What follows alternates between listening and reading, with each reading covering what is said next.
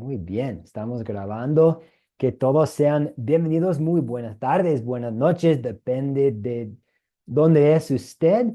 Y estamos aquí en la lección 4 de nuestro curso, Las enseñanzas de Jesús, el Dios verdadero. Y hoy vamos a seguir hablando sobre la segunda persona de la Trinidad, Dios Hijo, Jesucristo nuestro Redentor. Y vamos a hablar esta tarde, esta noche, sobre su humillación, los momentos en su vida cuando Él no usó su poder divino.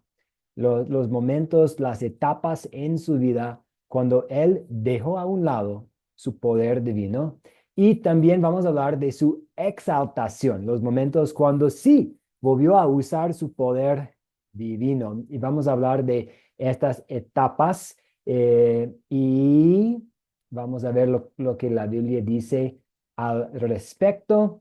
También vamos a hablar sobre un tema que a veces puede ser un poco difícil, Jesús y esta etapa en que Él descendió al infierno y no descendió al infierno para sufrir, pues sufrió la muerte eterna que nosotros merecemos en la cruz, pero sí descendió al infierno como parte de su exaltación, lo que puede ser un poco difícil, porque ¿cómo puede ser, cómo puede el primer paso de su exaltación ser descender al infierno? Pero él descendió al infierno para proclamar su victoria.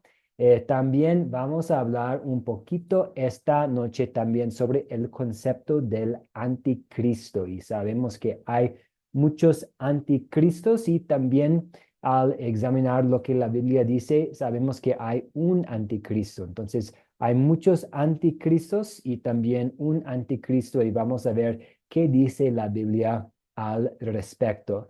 Entonces, este es el plan para esta tarde y esta noche. Antes de empezar oficialmente, vamos a orar. Oremos. Señor Jesús, te agradecemos que estuvieras dispuesto a sufrir mucho más de lo que nos atreveríamos a sufrir. Te damos gracias porque hiciste eso por nosotros.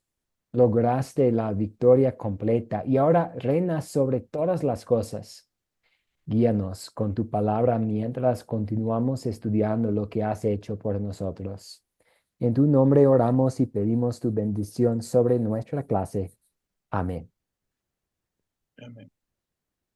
Amén. Entonces, para empezar, ¿cuáles son algunas de las etapas de la humillación de Jesús? ¿Cuáles son algunos de los momentos en la vida de Jesús cuando Él no utilizó su poder divino? Pudo haber usado su poder divino, pero eligió poner a un lado su poder divino. ¿Y cuáles son algunas de estas etapas? Sí, Jorge Durán, adelante. Eh, ¿Me escucha, profesor? Sí, sí, lo escucho. Bueno, las etapas fueron varias, ¿no? Primero se hizo hombre, siendo rico, ¿no? Se empobreció para enriquecernos, pues a nosotros. Él se humilló, que quiere decir que se sometió a cada uno de nuestros dolores, angustias, problemas, desilusiones, enfermedades y cosas que, pues, con nosotros como seres humanos queremos evitar, ¿no? Pero él no las evitó, sino que las recibió, las compartió, las sintió y las venció solo por nosotros y por nuestra salvación. Él fue obediente hasta la muerte, no reclamando nada, por más injusto que fuera, para triunfar por nosotros, pues su muerte fue dolorosa y humillante, profesor.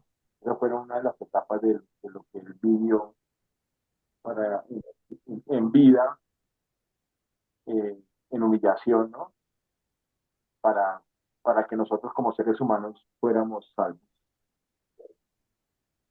Muy bien, Jorge, muy bien. Gracias por no solo mencionar algunas de las etapas, sino también hablar sobre el significado de Jesús. no usando su poder divino para ser nuestro sustituto. También damos la palabra a Álvaro de la Cruz. Adelante. Eh, quiero aportar un poquito más de lo que dijo nuestro hermano ahorita. Una de las humillaciones que Jesús sufrió fue cuando él decide hacerse hombre, hacerse carne, dejar de ser Dios y venir a esta tierra a hacerse hombre. En su sufrimiento en la cruz es una de las humillaciones, su muerte, eh, eh, la muerte para nosotros hoy ser libres de ese pecado, descender a la sepultura, es una de las humillaciones que Jesús tuvo. Descendió a los infiernos. Es una, son partes de lo que él se humilla.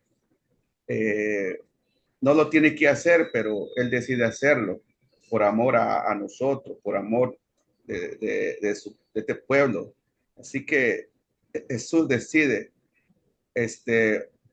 venir a ese sufrimiento en la cruz, a humillarse casi desnudo, a ser golpeado, escupido, todo ese sufrimiento que vemos que Jesús pasó en la cruz, esas son las humillaciones que nuestro Señor sufre.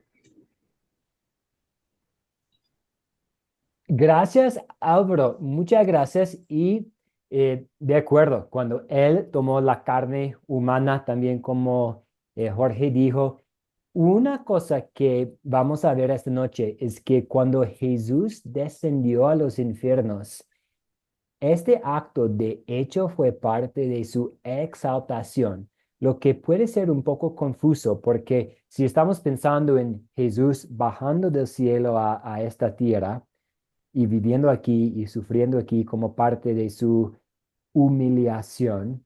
Y si estamos pensando en Jesús resucitando a la vida y ascendiendo para estar a la diestra de Dios Padre, eso es su exaltación. Descender a los infiernos parece pertenecer más a su humillación que a su exaltación. Pero vamos a ver en algunas partes de la Biblia que cuando Jesús descendió al infierno, lo hizo para proclamar su victoria, lo que es parte de su exaltación, demostrando su poder sobre el diablo y la muerte y el pecado. Pero eso vamos a ver enseguida. En resumen, Cristo se humilló a sí mismo por su humilde concepción, siendo concebido de la Virgen María por el poder del Espíritu Santo, no en sí por el linaje del rey David, pero todavía a una joven humilde. Ella no vivía en el palacio. Ella pues llevaba una vida cotidiana. eh, Nació en un lugar humilde. No nació pues en el, el castillo, en el palacio de Jerusalén, pues ni siquiera había espacio en las posadas, en el hotel. Entonces él nació en el lugar donde se cuidaba animales y fue acostado ahí un pesebre.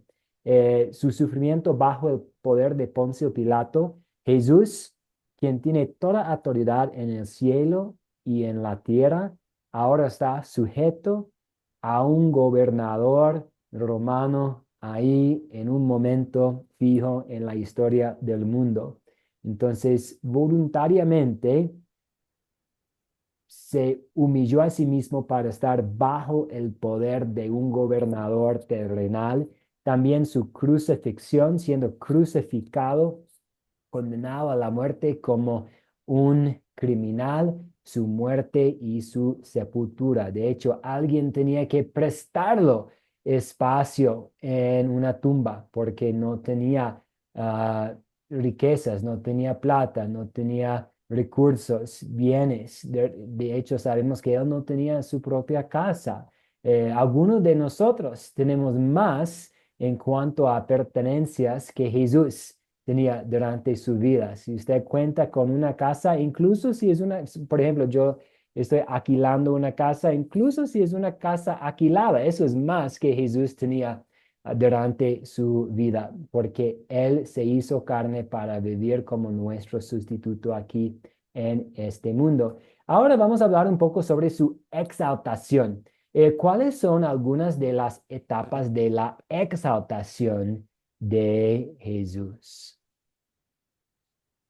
Sí, Jorge, adelante. Eh, bueno, profesor, la exaltación fue principalmente la resurrección, o sea, él se levantó de los muertos, lo que está escrito en primero de Pedro 1:3.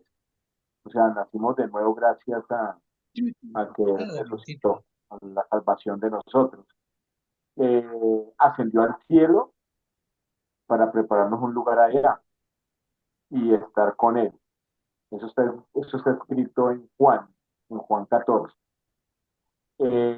Ya Él nos gobierna porque pues todas las cosas están sometidas a sus pies, como está escrito en Efesios. Pues con su exaltación, pues confirma que su misión fue consumada o cumplida. Todo esto, pues para nuestra salvación. Sí, Señor. Gracias, Jorge. Sí, Cristo fue exaltado al descender a los infiernos para proclamar su victoria, al resucitar de entre los muertos, al ascender al cielo, al sentarse a la diestra de Dios y al venir a ser el juez sobre los vivos y los muertos. Aquí tenemos un gráfico que describe las diferencias entre la humillación No, y marica, yo la qué estoy haciendo, exaltación de Cristo. Cristo, al humillarse, dejó a un lado, no utilizó su poder divino y pues salió del cielo donde él tenía la gloria celestial y pues pero en su exaltación volvió a tomar la plenitud de su gloria celestial. Él vivió de una manera humilde aquí sobre la tierra, pero en su exaltación, Él vive exaltado ahí en el cielo y también aquí Él tiene como toda la gloria pertenece a Él aquí en la tierra y en el cielo. Él se humilló a sí mismo como parte de nuestra redención, para redimirnos, para ser el sustituto bajo la ley de Dios, para ser un ser humano en nuestro lugar, pero también en su exaltación ahora sabemos que su sacrificio fue aceptable ante Dios y que algún día nosotros vamos a ser glorificados también. Una pregunta, entonces vamos a volver a esta pregunta. ¿Qué estaba haciendo Jesús cuando descendió al infierno? ¿Quién nos puede hablar un poco sobre lo que estuvo haciendo Jesús cuando descendió al infierno? Sí, Jorge, adelante. Bueno, pues según lo que está escrito en la palabra del Señor, que está escrito en primera de Pedro 3, dice que Él descendió al infierno con poder para predicar a los espíritus encarcelados, los que estaban allá, pues venciendo pues a las potestades, triunfando sobre la muerte, porque pues Él no fue al infierno a sufrir, ¿no? Porque lo hizo en la cruz. Él fue a quitarle las llaves, pero de la muerte y el Hades pues a Satanás, y liberar a los santos que se encontraban en ese lugar. Principalmente eso es lo que él fue a hacer allá al infierno, profesor. Muy bien, Jorge, y gracias por mencionar, consumado es. Él sufrió todo lo necesario ahí en la cruz. Entonces, ahí sufrió y por lo tanto no descendió al infierno para sufrir más, porque ya había pagado el precio por los pecados de todo el mundo.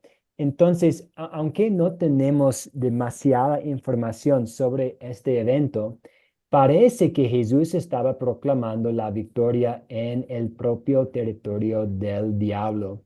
Puede haber sido un tipo de marcha victoriosa. Y Jorge mencionó 1 Pedro 3, 18 a 19. Y en esta parte de esta carta de Pedro, Pedro está hablando sobre el significado del bautismo para nosotros. Pero antes de llegar a este punto de qué es el bautismo y cómo el bautismo salva, él habla un poco sobre la vida y la humillación y la exaltación de Jesús. Y vemos esto aquí. Voy a leer estos versículos. 1 Pedro 3, 18 a 19. Porque también Cristo padeció una sola vez por los pecados, el justo por los injustos, para llevarnos a Dios. En el cuerpo sufrió la muerte, pero en el espíritu fue vivificado. En el espíritu también fue y predicó a los espíritus encarcelados, a los que en otro tiempo desobedecieron en los días de Noé, cuando Dios esperaba con paciencia mientras se preparaba el arca. Entonces sabemos que Jesús fue para predicar allá en el territorio del diablo, en el infierno, para proclamar su victoria. Eso también vemos en Colosenses capítulo 2, versículo 15. Colosenses 2:15, que dice, desarmó además a los poderes y las potestades y los exhibió públicamente a triunfar sobre ellos en la cruz. Entonces sabemos que Jesús fue victorioso sobre el poder del diablo, de la muerte y del pecado. Quizás usted haya visto imágenes de Jesús en el pesebre. Tal vez ustedes tengan allá en la casa un pesebre. No hay nada malo en eso si es algo simplemente para recordar el nacimiento de Jesús, para poner un toque navideño ahí en la casa. En diciembre, pues estuve hablando con un querido estudiante hace 2 semanas y él ya tenía su casa lista para la Navidad. Un poco temprano, los otros alumnos dijeron que es un poco temprano en octubre para tener todo listo para la Navidad, pero está bien tener un pesebre en la casa para pensar en el nacimiento de Jesús si no estamos adorando a una imagen. Puede ser que vamos a ver un pesebre y pensar, este es un bebé tan lindo. Y puede ser fácil olvidarnos de que este mismo bebé es Dios Todopoderoso, que tiene autoridad y control y poder sobre todo, que estuvo ahí en la creación del mundo. Una vez yo escuché un sermón para el día de la Navidad y el pastor habló de unos misterios de la Navidad y él plantó estas preguntas. ¿Quién tiene fecha de nacimiento, pero también estuvo presente para la creación del mundo y que no tiene principio ni fin? Entonces, ¿quién tiene fecha de nacimiento, pero a la vez no tiene principio y no tiene fin? ¿Quién tuvo hambre, pero da comida para todos? ¿Quién tuvo hambre, pero proporciona comida y comida espiritual para todos? ¿Y quién era indefenso, pero puede defender y proteger a todos? Y la respuesta es Jesús. Él estuvo ahí, indefenso en su nacimiento, incapaz de alimentarse por sí mismo. Él dependía totalmente de su mamá para comida. Él dependía de su padrastro José para la protección. Por ejemplo, José tenía que llevarlo a él y a su mamá a Egipto. Él dependía de sus padres, de su mamá y de su padrastro para todo en su niñez, pero a la vez, Él es quien tiene el poder completo, quien protege a todos. Esto es pues este misterio de la humillación de Jesús, que ahí tenemos un hombre sin hogar, Jesús, un hombre con hambre, hambriento en el desierto, Jesús, un hombre silencioso ante Pilato, Jesús, un hombre crucificado, Jesús, un hombre que murió. Él no se ve muy poderoso en su estado de humillación. pero él decidió dejar a un lado su poder divino para nuestro bien. Y escuchamos acerca de la razón por la que él no utilizó siempre su poder divino aquí, en 2 Corintios 8:9. Pues ustedes ya conocen la gracia de nuestro Señor Jesucristo, que por amor a ustedes, siendo rico, se hizo pobre, para que con su pobreza ustedes fueran enriquecidos. Y sabemos que aquí estamos hablando más que solamente la plata, de los recursos. Él tenía las riquezas de la gloria de Dios, ahí en el cielo, pero se tomó la carne humana, se hizo hombre, se hizo pobre para que nosotros podamos tener las riquezas de la gracia de Dios. Eh, lo mismo es cierto para la exaltación de Jesús. Él consumó todo lo que necesitaba y está coronado de poder y gloria, gobernando su iglesia, guiándonos al cielo para estar con Él por la eternidad. Entonces, su humillación tenía propósito y su exaltación también tiene propósito para nosotros. ¿Alguien más desea aportar pensando en la humillación de Cristo y su exaltación, los momentos en su vida cuando vemos a Él no usando su poder divino, descansando, cansado, con hambre, y los momentos en que sí utilizó su poder divino? Sí, Jorge, adelante. Pues más que un aporte es una pregunta, profesor. Yo tengo entendido que antes de Cristo, las personas, ya sean santas o no fueran santas en esa época, desde Adán hasta antes de Cristo, las personas iban a un sitio debajo de la tierra, ¿cierto? Yo he escuchado que van a un sitio que se llamaban el seno de Abraham, donde iban los santos, y las otras personas que no eran tan buenas iban a otro sitio. Entonces, cuando Jesús descendió al infierno hasta predicar a los espíritus encarcelados, pues se llevó a toda esa gente santa para el reino de los cielos. Eso es lo que yo tengo entendido. Eso es antes de Cristo y en la vida de Jesús y después de la resurrección y todo lo que hizo. Ahora, en este tiempo después de Cristo, cuando las personas mueren, van otra vez abajo estando con Cristo o va directamente al cielo. Y las personas que no están con Cristo, ¿para dónde van? O sea, cómo sería hoy en día en la actualidad? Esa sería la pregunta. Sí, voy a tratar de contestar bien y con una base bíblica.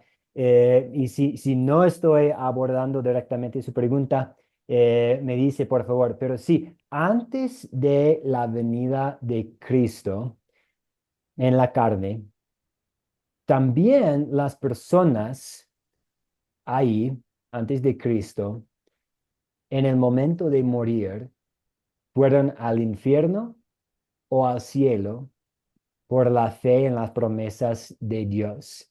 Por ejemplo, eso sabemos de Abraham, porque la Biblia dice, tanto en el Antiguo Testamento como en el Nuevo Testamento, que Abraham creyó y le fue atribuido como justicia. Entonces, Abraham fue justificado por creer en Dios, por creer en sus promesas. Entonces, por la fe, él fue salvo. También tenemos ejemplos de personas que no creían y por lo tanto ellos fueron condenados. Eh, Aunque Cristo todavía no había llegado y no había llevado a cabo su obra redentora, él iba a venir y por lo tanto, para ir al cielo, para ir al infierno, todo dependía de la fe en Dios y en la promesa de un Mesías.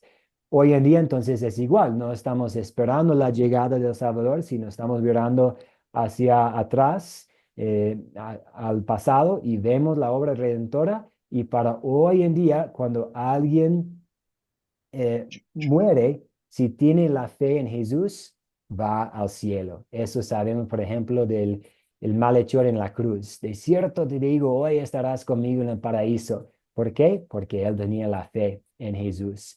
Y sabemos que hay personas condenadas hoy en día al infierno por no tener la fe en Jesús, por rechazar a Jesús como su Salvador. Entonces, no creemos que hay como un periodo de espera, no hay como una segunda oportunidad para los que murieron antes de la venida de Cristo. Eh, Ellos antes de la venida de Cristo, el requisito para entrar en el cielo fue la fe, ser justificado por la fe y ser condenado en ese entonces, antes de la venida de Cristo, fue resultado de no tener la fe.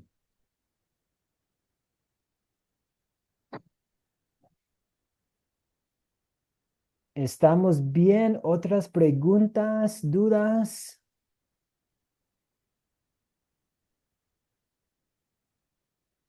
Muy bien, vamos a cambiar de tema un poco y hablar un poco sobre el anticristo. Y este es el lugar en la malla curricular de Academia Cristo donde hablamos del anticristo. Porque este es un curso de doctrina, el anticristo es un tema que tiene que ver con la doctrina, entonces hemos metido este tema aquí en este curso para que durante su tiempo con Academia Cristo eh, tiene la oportunidad de hablar del tema por lo menos una vez. Y el anticristo, pues, hemos pasado una cantidad de tiempo hablando sobre quién es Jesús, quién es Cristo y su obra de salvación, su obediencia activa, su obediencia pasiva, sus roles como profeta y rey y sacerdote. Hoy hemos hablado sobre su humillación y su exaltación. Entonces, hemos hablado sobre quién es Cristo. Por lo tanto, ahora vamos a hablar un poco sobre, vamos a examinar eh, de quién se opone a Jesús y su obra, es decir, el anticristo. El prefijo anti puede significar contra o en lugar de. Ambas descripciones encajan bien, como veremos. El anticristo o un anticristo es alguien que está en contra de Cristo al tratar de tomar su lugar, un tipo de Jesús sustituto. Entonces, es cierto que el anticristo o que un anticristo quiere oponerse a Jesús, quiere destruir la obra de Jesús, quiere distraer a los creyentes. Pero también un anticristo, el anticristo, quiere tomar el lugar de Cristo, quiere hacerse Dios, quiere hacerse el Redentor, el Salvador. En un momentito vamos a hablar un poco sobre y vamos a ver juntos Segunda Tesalonicenses capítulo 2, que es uno de los pasajes principales acerca o las partes principales de las escrituras que hablan acerca del anticristo. Pero antes vamos a ver un poco de 1 Juan capítulo 2 y Daniel 17. Y más vamos a dedicarnos a 1 Juan capítulo 2. En Daniel 7, pues tenemos una profecía acerca de la venida de la entidad que es el anticristo en el sentido más amplio de que alguien va a venir para atacar a la iglesia y tratar de reemplazar a Cristo. Eso también vemos en Primera de Juan 2. Juan, él escribió a los creyentes, advirtiéndoles sobre los peligros espirituales, animándolos en medio de la persecución. Este es uno de los propósitos de las cartas de Juan, para animar a los creyentes y también para advertirles acerca de unos peligros espirituales, incluso el peligro de un falso maestro. De hecho, sabemos que cualquier maestro que quiere hacer algo para reemplazar la obra redentora de Jesús, es un anticristo. De hecho, si yo voy a tratar de confiar en mi buen comportamiento, eh, o si yo digo, más bien, vamos a usar este ejemplo, si yo digo a ustedes, ustedes tienen que ser buenas personas para llegar al cielo. O si yo digo, ustedes tienen que cumplir con estas cosas para tener la certeza del perdón de los pecados. O si ustedes tienen que hacer estas cosas para tener la certeza del cielo, yo estoy ahora siendo un anticristo, porque estoy tratando de reemplazar Cristo y su obra redentora con una lista de quehaceres, de cosas que ustedes tienen que hacer. Si yo digo, ustedes tienen que cada 8 días traerme su diezmo y tiene que ser exactamente 10% de su sueldo, sin excepción, cada 8 días. Y si ustedes no lo hacen, no van a tener lugar en el cielo. Estoy reemplazando la salvación ganada por Cristo, estoy reemplazando la salvación por Jesús con el diezmo. Y esto es ser un anticristo. Entonces, y eso es parte del mensaje de 1 Juan 2, que hay varios anticristos y por lo tanto necesitamos tener cuidado. Un momentito y después vamos a ver 2 Tesalonicenses que habla de un anticristo en específico. Entonces voy a dejar de compartir y voy a compartir ahora aquí la Biblia que tenemos usando un sitio web aquí y veamos 1 Juan 2 y vamos a leer unos versículos aquí. Tenemos, y ahí podemos ver el amor que Juan tiene para los cristianos ahí en medio de la persecución. Dice, hijitos, hijitos, han llegado los últimos tiempos. Y sabemos que nosotros hoy en día también estamos viviendo en los últimos tiempos. Hijitos, han llegado los últimos tiempos. Y así como ustedes oyeron que el anticristo viene, ahora han surgido muchos anticristos. Por esto sabemos que han llegado los últimos tiempos. Ellos salieron de nosotros, pero no eran de nosotros. Si hubieran sido de nosotros, habrían permanecido con nosotros, pero salieron para que fuera evidente que no todos son de nosotros. Pero ustedes tienen la unción del Santo y conocen todas las cosas. No les he escrito porque no conozcan la verdad, sino porque la conocen y por ninguna mentira procede de la verdad. ¿Quién es el mentiroso? Sino el que niega que Jesús es el Cristo. Este es el anticristo, el que niega al Padre y al Hijo. Todo aquel que niega al Hijo tampoco tiene al Padre. El que confiesa al Hijo también tiene también al Padre. Entonces aquí vemos que los anticristos van a negar que Jesús es el Cristo. Van a rechazar la verdad de que Jesús es el Salvador prometido de Dios. Y lamentablemente, Juan dice que algunos de los anticristos en ese entonces salieron de la iglesia misma. Y eso podemos ver hoy en día, ¿cierto? Si hay un pastor de una iglesia cristiana que ahora está predicando otro evangelio que no sea el evangelio de la Biblia. Si hay un pastor que dice que ustedes tienen que cumplir con tal cosa para ser salvos, este pastor lamentablemente se ha convertido en un anticristo. ¿Cuáles son sus preguntas, sus dudas, sus comentarios, tal vez alguna experiencia con este tema de un anticristo, alguien que quiere reemplazar a Cristo y su obra redentora con otra cosa, con otra doctrina, con otra filosofía?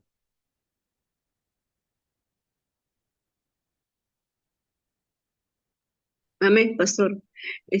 Mire, lo que pasa es que bueno, en la iglesia a la que voy, agarran y dicen, sí, ¿no?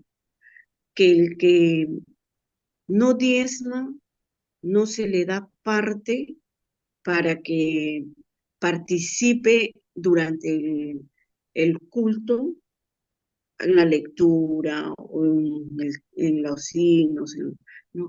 Y esa parte de ahí es la que no, pero como ya yo vengo estudiando con ustedes, con Academia Cristo, bueno, yo digo, el diezmo no salva, el que va a salvarme es Cristo, ¿no? Esa cosita de ahí es lo que pasa acá donde yo participo y dan todavía charla que dice que tienes que dar todo todo lo que ganas, eso tienes que diezmar, porque si no te va a ir mal, te vas a enfermar, que esto, que lo otro, por aquí, por allá. Amén. Eso, pastor.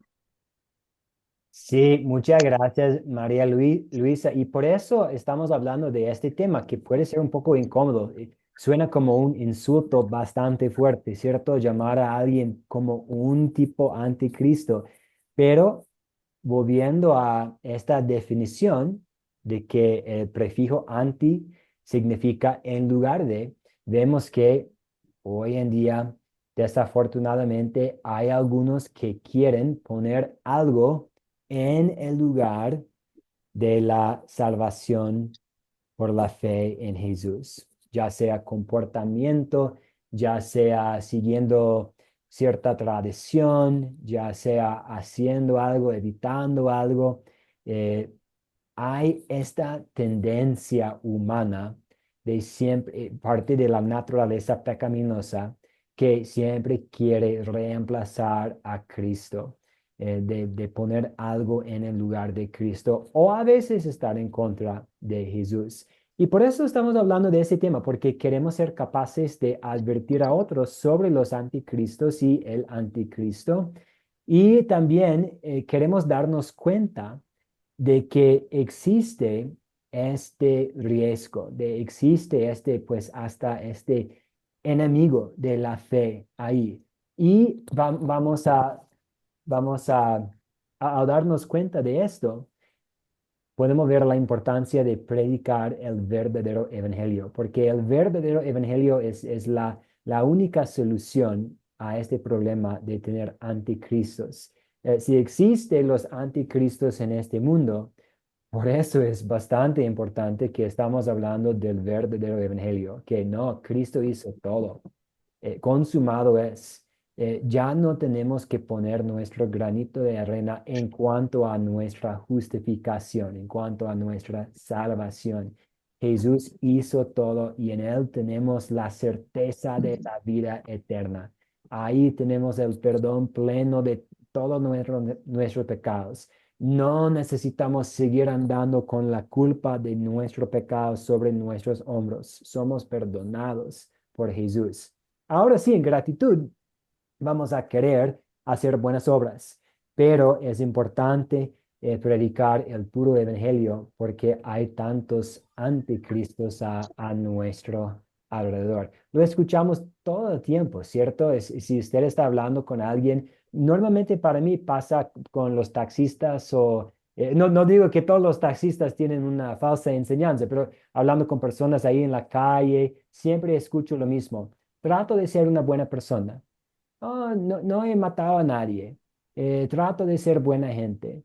Eh, Esta mentalidad, pues, ha escuchado tanto a un mensaje que no es el verdadero evangelio. Es un reemplazo, reemplazando Cristo con buen comportamiento, de intentando mucho, esforzándote. Vamos a continuar, vamos a ver ahora en Segunda Tesalonicenses, capítulo 2 los primeros 12 versículos, que Pablo no solo habla de unos anticristos, sino sino de un anticristo, el hombre de pecado. Y lo que vamos a hacer una actividad ahora, vamos a leer Segunda Tesalonicenses, capítulo 2 versículos 1 a 12. Y después vamos a tratar de identificar cuáles son las características del hombre de pecado, del anticristo, aquí en estos versículos. Entonces, vamos a abrir ahora. Voy a compartir la pantalla y vamos ahora a Segunda Tesalonicenses y a ver, vamos a capítulo 2 y un voluntario, por favor, para que lea versículos 1 a 12, si alcanza leer la letra chiquita aquí en la pantalla, o también se puede usar su Biblia. Segunda, Amén, amén, amén, adelante, gracias. Hasta versículo, amén. por versículo Hasta 12. el 12. Sí, por favor. Ya, gracias. Pero con respecto a la venida de nuestro Señor Jesucristo y nuestra reunión con Él, os rogamos, hermano, que no os dejéis mover fácilmente de vuestro modo de pensar, ni os costumbréis ni por espíritu, ni por palabra, ni por carta, como si fuera nuestra, en el sentido de que el día del Señor está cerca. Nadie os engañe en ninguna manera, porque no vendrá sin que antes venga la apostasía y se manifieste el hombre de pecado, el hijo de perdición, el cual se opone y se levanta contra todo lo que se llama Dios o es objeto de culto, tanto que se sienta en el templo de Dios como Dios, haciéndose pasar por Dios. No os acordéis que cuando yo estaba todavía con vosotros os decía esto, y ahora vosotros sabéis lo que lo detiene, a fin de que a su debido tiempo se manifieste, porque ya está en acción el ministerio de la iniquidad, solo que hay quien al presente lo detiene hasta que él a su vez sea quitado de en medio. Y entonces se manifestará aquel inicuo a quien el Señor matará con el espíritu de su boca y destruirá con el resplandor de su venida. Inicuo cuyo avenimiento es por obra de Satanás, con gran poder y señal y prodigios mentirosos, y con todo engaño de iniquidad para la que se pierden por cuanto no recibieron el amor de la verdad para ser salvos. Por esto Dios les envía un poder engañoso para que crean la mentira, a fin de que sean condenados todos los que no creyeron a la verdad, sino que se complacieron en la injusticia. Amén. Amén. Muchas gracias, María Luisa.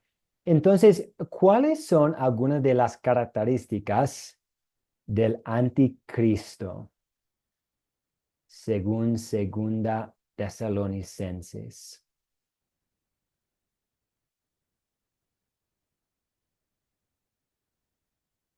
Lo que a mí me llama mucho la atención es el versículo 4, donde dice, llega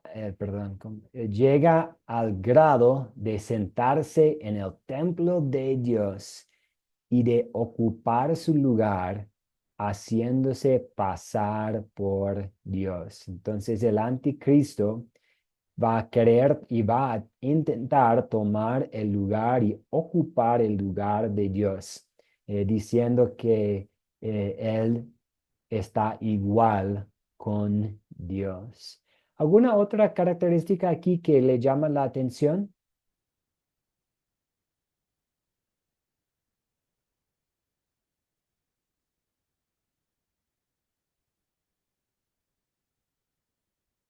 Sabemos que es capaz de engañar, ¿cierto?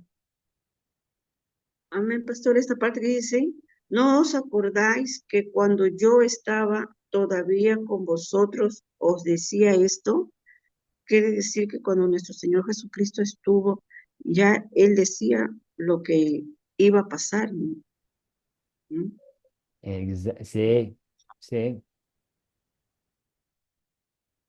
Bien, vamos a aquí.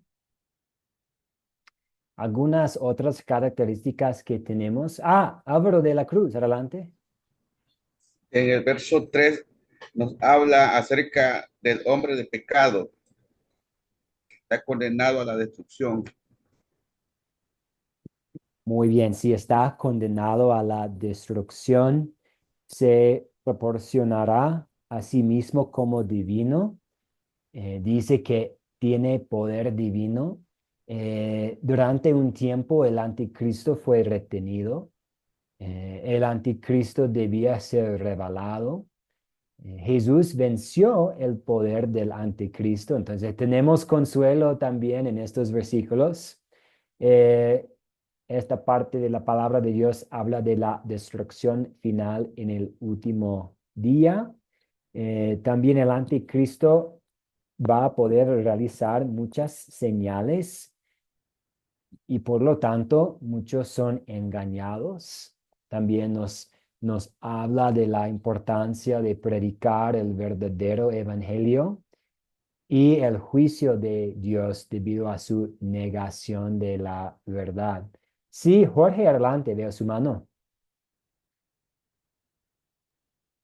Profesor, a mí me llamó la atención mucho esa palabra que mencionan ahí, que se llama la apostasía.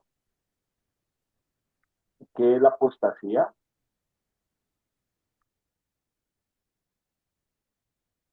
Sí, ¿y tiene una definición o es una pregunta? Es una pregunta. Qué Sí, pena. claro que sí. Sí. Sí, definitivamente, sí. Es como renunciar a la verdad, ¿cierto? Es como abandonar las creencias verdaderas. Sí. Y a veces hasta reemplazar la verdad con algo más o con alguien más. De hecho, tiene que ver, la raíz de la palabra tiene que ver un poco con rebelión y también con abandonar. Y eso vemos a tantos, vemos a los dos en las características del anticristo, ¿cierto? En muchos sentidos es una rebelión en contra de la verdad porque quiere reemplazar la verdad de que somos salvos por Jesús con otra creencia, con otro sistema de la fe. Sí, pero abandonar la verdad hasta reemplazar la verdad con algo más. Entonces, ahora vamos a ver algo. Vamos a ver algunas doctrinas oficiales de la Iglesia Católica Romana. Y el punto aquí no es juzgar a los católicos romanos y decir que son como personas terribles que pertenecen a una iglesia totalmente terrible, pero sí es juzgar en el sentido de ver qué dice esta iglesia y qué dice la Biblia. Y vamos a hacer una comparación entre lo que enseña técnicamente la Iglesia Católica Romana y lo que la Biblia enseña. Y mientras lo hacemos, nos toca recordar que puede haber muchas personas quienes pertenecen a esta iglesia porque sus padres pertenecían a esta iglesia, sus abuelos pertenecían, no han salido y puede ser que hay muchas personas en la iglesia católica romana que sí tienen fe en Jesús como su Salvador, que muchas veces no saben todo lo que la iglesia católica enseña. De hecho, yo creo que la mayoría de las personas que se congregan en la iglesia católica romana no saben toda la doctrina de esta iglesia. Van por tradición, van por temas de cultura, van porque sí tienen fe en Dios y piensan que es la cosa adecuada y correcta que hacer, pero no saben no saben toda la doctrina de su propia iglesia. Aquí tenemos este extracto de una posición doctrinal de la Iglesia Católica Romana. Y dice aquí, si alguien dice que la fe que justifica no es más que confiar en la misericordia divina, que perdona los pecados por causa de Cristo, o que es solo esa confianza con la que estamos justificados sea anatema, anatema, es decir, que sea condenado, que sea condenada la persona. Entonces, tenemos algo bastante extremo aquí, porque la Iglesia Católica Romana dice, si alguien cree que es justificado por la fe, que es salvo por la misericordia de Dios, que tiene el perdón de los pecados por causa de Cristo y que somos justificados por la confianza en Cristo, somos condenados.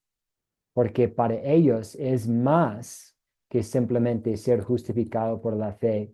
Eh, el perdón por la causa de Cristo no es suficiente y que no somos justificados exclusivamente por la confianza en Jesús.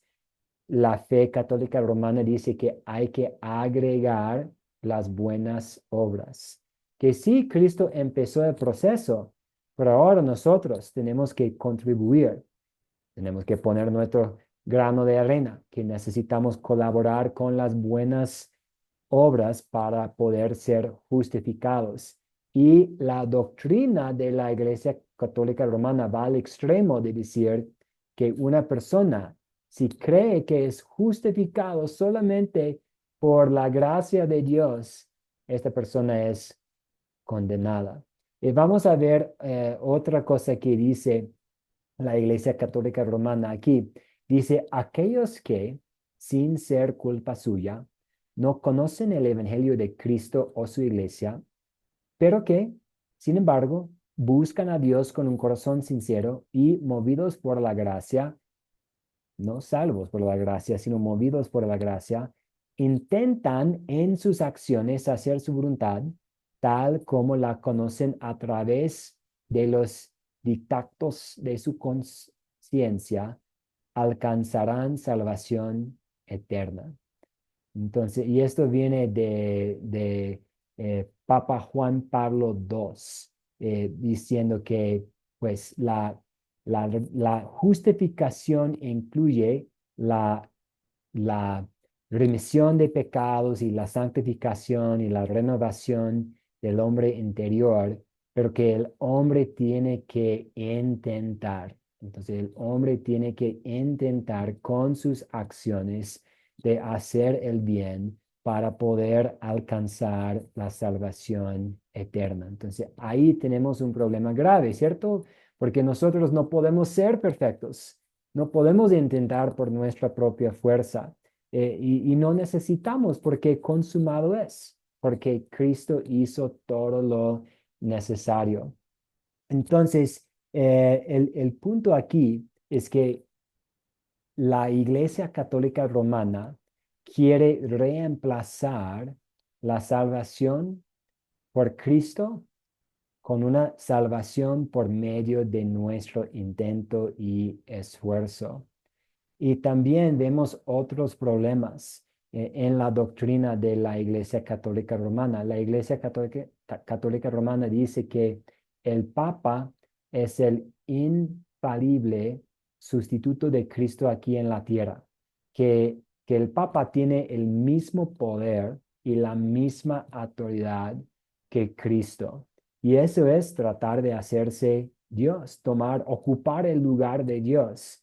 Y también la oficina, el puesto del papado, no predica a Cristo de acuerdo con las escrituras.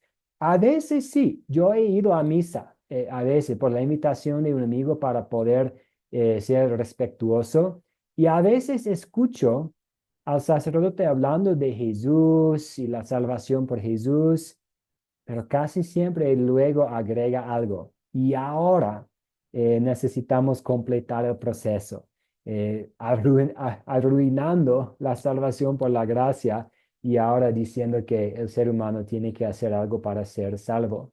Y según las profecías en las escrituras, el papado se ajusta perfectamente a las descripciones del anticristo.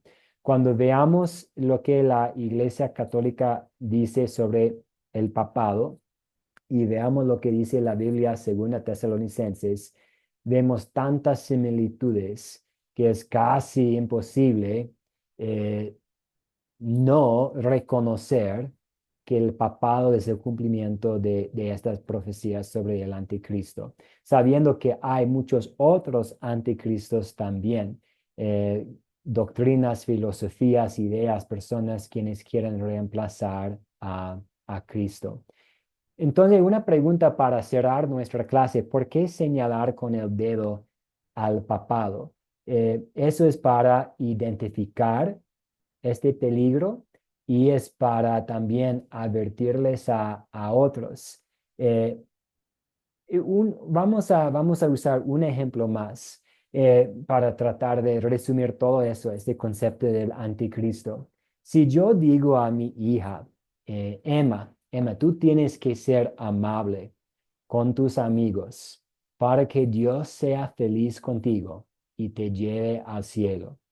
Si yo digo esto a mi hija, yo estoy actuando en el espíritu de anticristo, porque yo quité lo que Cristo ya ha dado a mi hija, es decir, el perdón de los pecados del cielo. Entonces, Cristo ya ganó para mi hija, para mis 4 hijos, la salvación, el perdón, la vida eterna. Y si yo digo a mis hijos, ustedes tienen que ser amables con sus amigos, para que Dios sea feliz contigo y te lleve al cielo, estoy actuando como un anticristo, reemplazando lo que Cristo ya ha dado a ellos con un requisito, algo que hacer.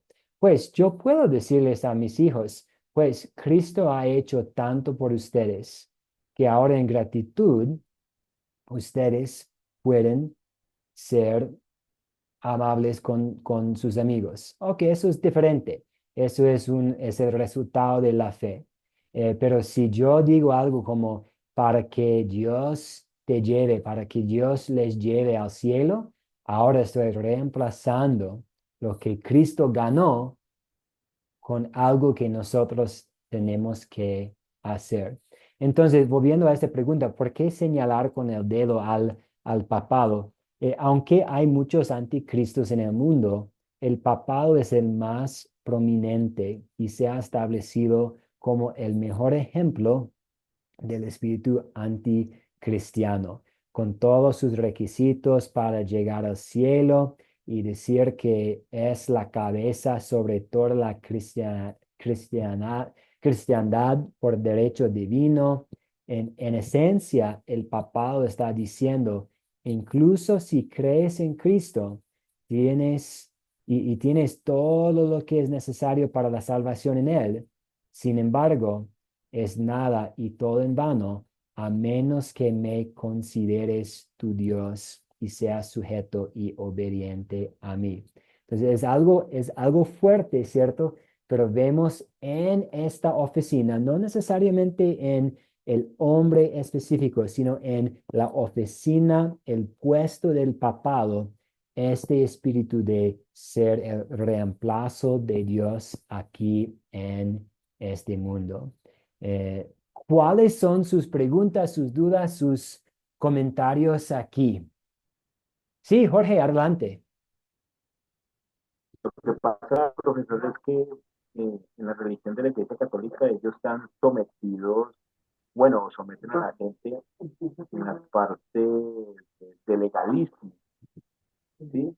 Ellos a través de los años siempre han tenido como la prédica pues por delante de Jesús, del Espíritu Santo y del Padre, obviamente, pero con otras cosas que no van dentro de las escrituras, porque ellos son muy legalistas, muy tradicionales, y todo eso lleva pues a que las personas de verdad no lleguen a la verdad.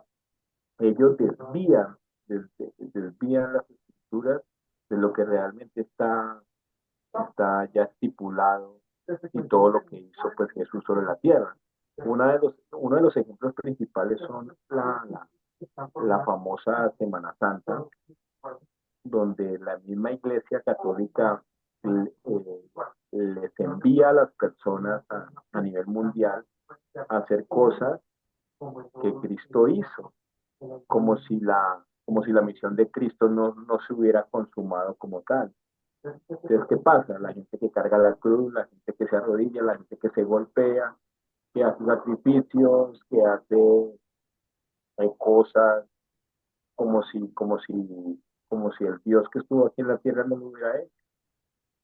Entonces son cosas que desvían tanto, entonces, claro, entonces ellos no están concentrados realmente en lo que Cristo estuvo en la tierra. Ellos hablan de Dios y aparte de eso le meten los santos y la Virgen María y un poco de cosas de apostasía, lo que me dijiste ahora, pero entonces realmente de palabras están hablando y engañando a las personas, donde hablan de Jesús, el Padre, el Espíritu Santo, la Virgen María, los santos, los apóstoles y las imágenes, pero realmente es una fachada para que la gente se desvíe de la verdad y no se salve como Jesús enseñó tal cual. Entonces, ellos sí están, ellos sí están proclamando, o sea, como una guerra en contra de las escrituras o de las cosas que dijo